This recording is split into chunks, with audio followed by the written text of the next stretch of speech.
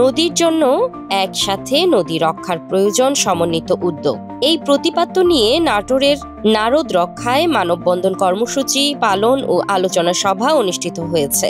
নাটোর শহরের নারদ নদের ব্রিজের উপর এই মানববন্ধন কর্মসূচির আয়োজন করে জেলার বিভিন্ন বেসরকারি উন্নয়ন সংস্থা সংগঠন। উপজেলা পরিষদ সম্মেলন কক্ষে জীবন, সংস্কৃতি, পরিবেশ ও ভবিষ্যৎ প্রজন্মের জন্য নারদ নদ রক্ষায় করণীয় শীর্ষক এক আলোচনা সভায় বক্তব্য রাখেন নাটোর পানি উন্নয়ন বোর্ডের নির্বাহী প্রকৌশলী মোহাম্মদ রিফাত করিম, সদর উপজেলা যুব উন্নয়ন অফিসার মোহাম্মদ আব্দুস সবির, বেসরকারি উন্নয়ন সংস্থা ALRD এর ম্যানেজার সানজিদা খান রিপা সহ আরো অনেকেই। বাংলাদেশের একমাত্র স্মার্ট সিটি বসুন্ধরা এখন আরো নিরাপদ, আধুনিকতায় আরো এক ধাপ এগিয়ে। এখন নারদ নদে দুর্গন্ধে পরিণত হয়েছে। আমরা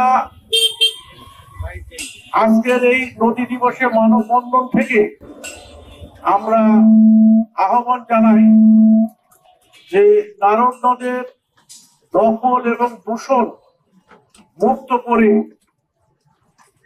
পুনরায় খনন করে আমরা আগের মতো আমরা নারদের সেই স্বচ্ছ পানি আমরা দেখতে চাই। দখল দূষণ মুক্ত করা, নদীর প্রাণকে ফিরিয়ে দেওয়া, নদীকে শুধু নদী হিসেবেই দেখা।